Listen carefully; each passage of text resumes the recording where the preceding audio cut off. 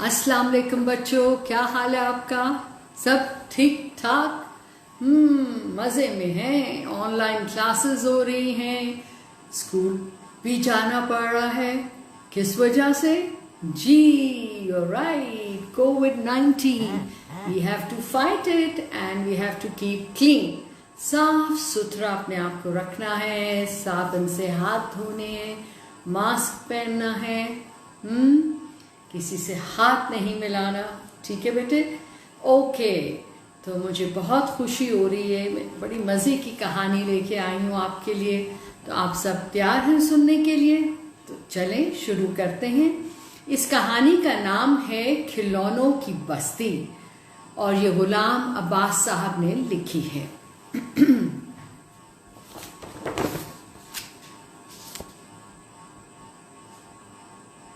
Okay, चलें अब हम शुरू करते हैं अपना कहानी का सफर।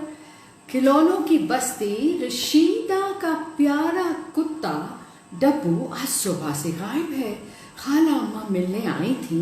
रशीदा दिन भर उनके बच्चों के साथ खेलने कूदने में बहली रही कि डिस्ट्रैक्टेड रही। ठीक है? डब्बू का इसको ख्याल तक ना आया, लेकिन जब रात हुई और रशीदा अपने पलंग पर सोने लगी तो एकदम उसे डब्बू याद आ गया, जिसे रात को सोते वक्त रशीदा अपने सीने से लगाकर सोया करती थी। वो रंजीदा यानी कि उदास होकर कहने लगी, हाय रे मेरा डब्बू, मैं तुझे कहाँ ढूंढूं? अल्लाह जाने तू मुझसे खफा हो गया है या फिर मुझे सताने के लिए शरारत से कहीं छुप रहा है। प्यारे डब्बू आ जाओ, मेरे प्यारे डब्बू जल्दी से आ जाओ। ये है हमारी जी, कौन है ये? रशीदा। That's right. अब वो आवाज दे रही है किसको? अपने पालतू डॉग को। लेकिन डब्बू ना आया। आधी रात का वक्त था। रशीदा गम से निढाल होकर अपने पलंग पर पड़ी सो रही थी। बहुत उदास थी, बहुत उदास। फिर वो थक के सो गई। अचानक उसकी आंख खुल गई, लेकिन रशीदा को इस बात का पूरा यकीन था कि ये ख्वाब नहीं बल्कि वो पूरी तरह जाग रही है। रशीदा एक अजीब गरीब और अनोखी बस्ती में पहुंची हुई थी और इस बस्ती के छोटे छोटे बाजारों में इधर से उधर घूम फिर रही थी। ये देखिए, छोटे छोटे बाजारों में घूम फिर रही थी। जी अच्छा। बाजारों में आने जाने वालों का तांता बंधा हुआ था, यानी कि लाइन लगी हुई थी, बेहद रश था। इतनी भीड़ हो रही थी, इतना क्राउडेड हो रहा था कि खव्वे से खव्वा चलता था, यानी कि सब एक दूसरे के अंदर टकरा रहे थे। मोम की गुड़ियाँ, चीनी की गुड़ियाँ, कपड़े की गुड़ियाँ और पाकिस्तान की शहजादियाँ खटपट करती हुई आंखों के आगे से इस तरह गुजर जाती थी कि जी यही चाहता था कि इन्हें घंटों देखते रहें। लंबी लंबी जटाओं वाले साधु पीपल के बड़े बड़े दरख्त के साए में धूनी रुमाए बैठे थे, यानी कि पीपल दरख्त का नाम है, बहुत ऊंचा होता है और उसके बड़े बड़े इनके साए में कौन बैठे थे? साधु, बड़ी बड़ी दाढ़ियों वाले। भूरे बंदर यानी कि ब्राउन बंदर बांसों पर उछल कूद कर रहे थे।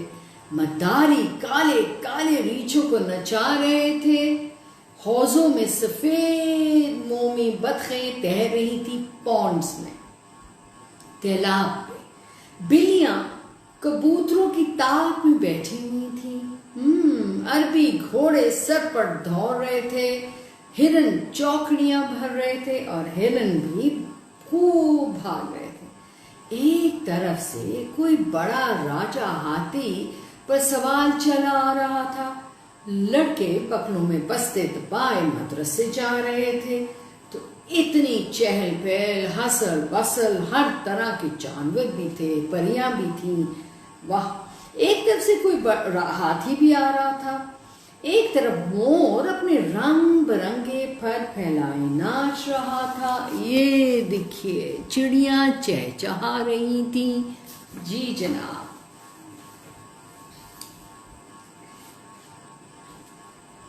सूरज की रोशनी में इनके परों में से आग निकलती मालूम होती थी, इतना चमक रही थी। चिड़िया दरख्तों पर बैठी खुदा की तारीफ में हम गा रही थी, चहचहा रही थी। बाजारों में से टांगे वालों की हटो बच्चों की सदाएं आ रही थी। कोई आ रहा था, कोई जा रहा था। रेल गाड़ियां और मोटर कारें फिप फिप करती हुई, पिप पिप हॉर्न बजाती हुई दौड़े जा रही थी। जहाजों से धुआं निकल रहा था। खेतों में राह चल रहे थे। खेतों में किसान अपना काम कर रहे थे।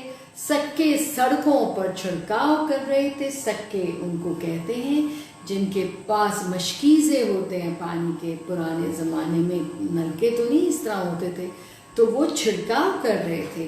गज की इस छोटी और निराली बस्ती में ऐसी चहल पहल थी कि किसी बड़े मुल्क में भी ना होगी। लोग तो खैर मज़े मज़े से चल फिर रहे थे, लेकिन रेलगाड़ियाँ मोटरें इस तेजी से मकानों के इर्द गिर्द घूम रही थी कि देखकर ताज्जुब होता था। यानी कि ये कौन सी जगह है? खिलौनों की बस्ती। रशीदा आंखें फाड़ फाड़ कर इन चीज़ों को देख रही थी। वो इन सबसे इतनी बड़ी थी कि ऊंचे ऊंचे मकानों की ममटियाँ इसके कमर तक पहुंच रही थी। इस बस्ती के बहुत से लोग उसकी छोटी छोटी टांगों से चिमटे हुए थे। कोई इसकी शलवार का पांचा पकड़े हुए था, कोई इसी अपनी जानिब खींच रहा था। तो ये कौन सी जगह थी? ये थी खिलौनों की बस्ती। जी, यही तो नाम है कहानी का। कोई इसे अपनी जानिब खींच रहा था, कोई धकेल रहा था, कोई इसकी उंगली पकड़कर कहता था चलो मेरे साथ। छोटे छोटे बंदर कभी इसके सर पर सवार होकर उसके बालों को नोचते थे, कभी उसके शानों पर चढ़कर गुदगुदियां करते थे, यानी के शोल्डर्स पे। एक ऊंट तो धाड़े मार मार कर रो रहा था। एक गधा गला फाड़ कर काई काई काई काई कर रहा था। एक बिल्ली म्याऊ म्याऊ करके चूहे के पीछे भाग रही थी। बस कुछ ना पूछो, इस बस्ती में क्या क्या तमाशा हो रहा था। रशीदा इस बस्ती में काफी देर तक घूमती रही और इन नन्हे मुन्ने लोगों की हरकतें देखकर हंसती रही और खुश होती रही। आखिर तंग कर कहने लगी बस अब चुप हो जाओ, सब खामोश हो जाओ। ये सुनते ही सब के सब जहां के जहां थे थम गए, रुक गए। लेकिन रेलगाड़ियां मोटर कारें उसी रफ्तार से चलती जा रही थी। ऐसा मालूम होता था कि क़यामत भी आ जाए तो इनकी बला से ये नहीं ठहरने की। रशीदा ने सब लोगों को मुखातिब करते हुए बोला तुम कौन हो और मैं कहाँ हूँ? ये सुनकर एक लकड़ी के बने हुए सिपाही के कान खड़े हो गए। सुनने लगा। अपनी पगड़ी को संभालते हुए उसने नाक साफ की और सलाम करने लगा। सरकार, हम दुनिया के खोए हुए खिलौने हैं और ये खोए हुए खिलौनों की बस्ती है। खोए हुए, गुमे हुए। बीबी जी, क्या आप हमें यहाँ से लेने आई हैं? हम यहाँ बहुत उदास हैं, आप हमें यहाँ से जरूर ले चलें। एक भालू हाथ जोड़ते हुए बोला मेरी अच्छी और प्यारी बीबी जी, हम भी आपके साथ जरूर जाएंगे, आप हमें छोड़कर मत जाएं। ये देखिए जी, गुफ्तगू हो रही है भालू से। जी, रशीदा अभी सोच ही रही थी कि इन्हें क्या जवाब दे। उसे ऐसा महसूस हुआ जैसे कोई उसके दाहिने राइट पांव का अंगूठा चाट रहा है और उसका सारा पांव भीग गया है। उसने नीचे झुककर देखा तो वो हैरान रह गई। उसका प्यारा कुत्ता डब्बू था। बेचारे की आंखों से आंसू बह रहे थे। बड़ी रोई हुई आवाज में कहने लगा रशीदा बीबी, मुझे अपने साथ ले चलो, मैं यहाँ नहीं रहना चाहता। रशीदा बीबी, मैं भी तुम्हारे साथ जाऊंगा। मेरा यहाँ जी नहीं लगता, मैं बहुत उदास रहता हूँ, मैं तुम्हारे साथ ही जाऊंगा। ये कहकर वो फूट फूट कर रोने लगा।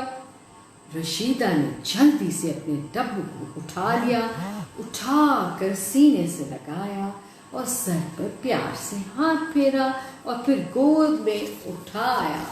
ये देखिए जी डब्बू और रशीदा।